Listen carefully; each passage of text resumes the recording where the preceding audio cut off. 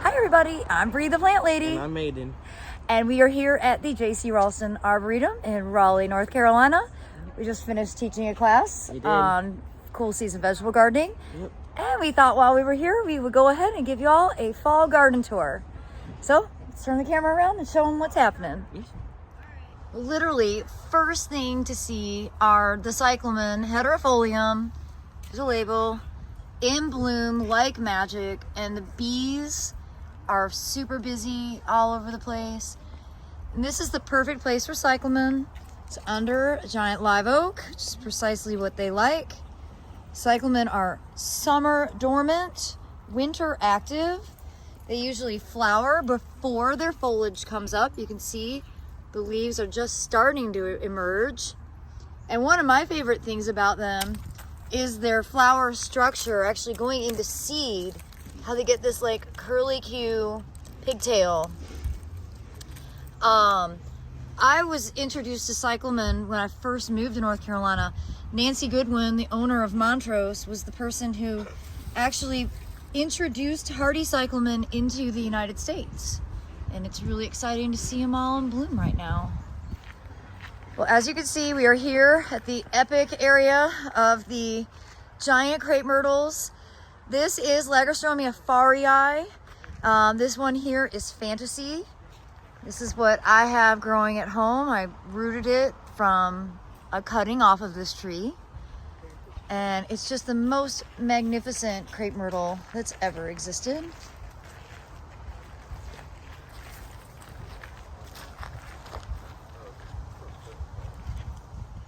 But we're just commenting on how busy it is here, and I suppose having 3 weddings in one day is a contributing factor for that. We will try not to crash anyone's wedding as we make our way up this entryway. Of course, Welch's pink, Cali Carpa, really a must-have American native shrub. It's so pretty. The plant I have at home, I rooted from this plant. Did you? Yes. It's, you know. I have a soft spot for rain lilies, and you can see this is Zephyranthes labufforosia, and it's really kind of shockingly pure white at this season because of the cooler temperatures. But it's a really nice large flower rain lily. So here we are in the Geophyte border. Geophytes, essentially a plant with an underground storage organ, so bulbous plants. And this is always my favorite time of year for here because all of the dahlias are in full bloom. And in addition to dahlias, there's more rain lily blooming. Most of the crinums are finished at this stage, but they just have such a terrific dahlia collection. And you know, dahlias are kind of funny. They don't, you know, when you don't stake them, they have not always the nicest form. But look at all the bee activity here. You got honeybees and carpenter bees and all kinds of different pollinators. And I just love all the different colors. That is such a pretty scene. Always laugh. You know what this tree is. I do. And we have it totally inappropriately planted in a pot near our front porch. It gets enormous. It's a great tree to hug, you know. It's green Cascade. I keep calling it the wrong cultivar. All right, green Cascade, everybody. You can see, I mean, it really does kind of look like, it looks like an elephant. It does. So this is one of my favorite fall blooming plants. I think because it's cool and weird. Pollinators love it. Rostronicula dependens. And I just think it's like really elegant the way these flower panicles dangle. It's kind of a good alternative to a butterfly bush, to be honest. The foliage looks very similar to a buddleia, but it doesn't have the invasive quality. Yeah, really cool plant. So we noticed last night, I've got a huge citrus that came from here. And these are hardy citrus trees. They don't necessarily produce fruit you want to eat, at least not without a pound of sugar added, but you can see the huge fruits hanging. I mean, it's really abundant. And mine for the first time has probably like 50 fruit on it. Yeah. They're vicious. The thorns on these are absolutely epic. But still pretty cool to have a citrus that's hardy in zone 7. Well, this combo's just caught my eye. I love this Tricertus. That is really spectacular. That is Tricertus Fluffy Orchid. Boy, isn't that beautiful? And then next to it is this cool gentian type looking plant. I don't know what it is. I don't think it's a Syndengia, but I love this. This is probably a plant that would root from the leaf. I don't see the label. And then this Salvia is really beautiful. Salvia Glade Brussens Elk Yellow Purple. And that's actually pretty appropriate because you see it's like yellow and purple flowers. And you can see the bees love it. I love this. I want all 3 of these plants. That's a pretty combo. This is hands down my favorite Carex. Look at those flowers. Like, Carex are not known for their blooms. So this is Carex Scoposa. I know I've talked about this at other seasons, but now you can really enjoy the flowers of it. And I think they'd be great in cut flower arrangements because they're long stalks. And this is a plant I do not have, and I have got to remedy that. All right, I bet that plant that I fell in love with out there was Eukadonia. I feel like my knowledge of gesneriids is not substantial, but I really love these plants, so maybe I need to like join one of these online gesneriid societies so that I get the nomenclature straight. I just love how big these flowers are, and look at how cool they are when they're still in bud and they're just like a balloon. That's a cool plant. And another great gesneriid is Titanotrichium oldhamii. I used to propagate this at Plantalites, and it does root from leaves. That's one of the characteristics of gesneriids that are so special. But I love this golden bloom with burgundy throats. Oh, that is so cool. There's a lot of plants I need to collect. Well, this is turning out to be a gesneriid video.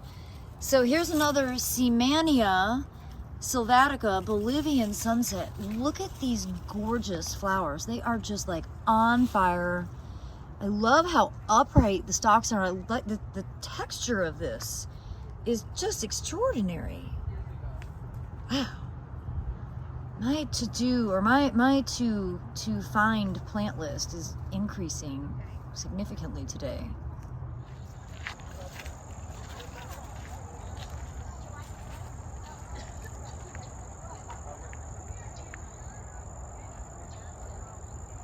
Does it have any fragrance? It does. That's good. It also has thorns.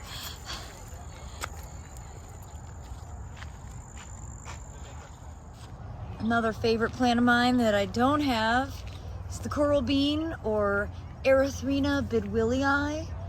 And I just think these flowers are so remarkable. They're so brilliant red. Hummingbirds love this plant. So, a look at the cotton. This is the dark leaf cotton, and it's at a perfect stage. You can really see where cotton comes from. There's the bowl.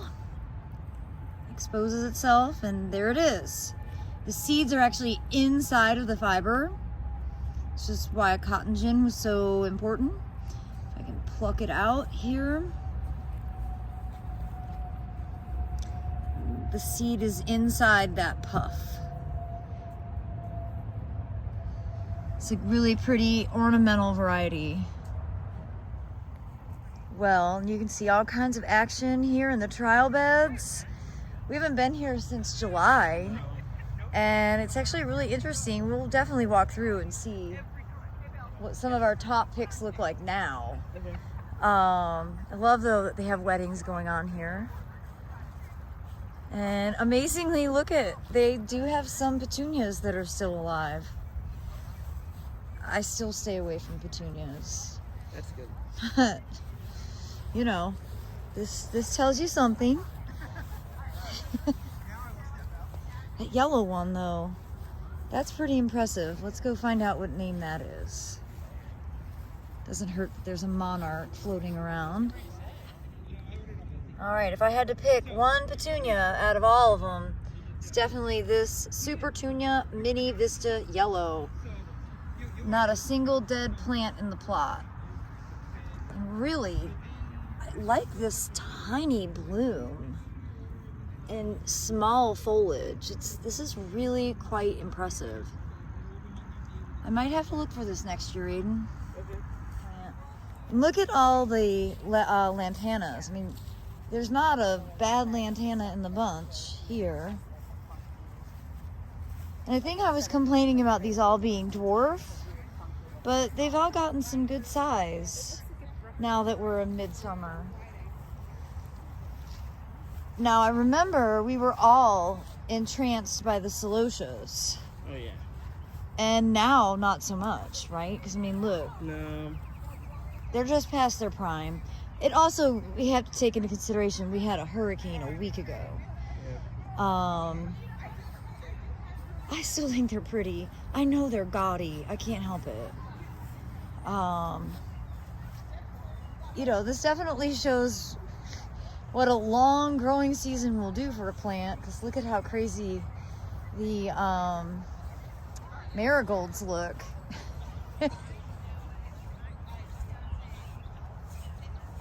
But oh wow, those Sunpatiens. Yeah. We all loved those, and look at how good they still look. Can you pick a favorite? I can't. They all look good. I can't.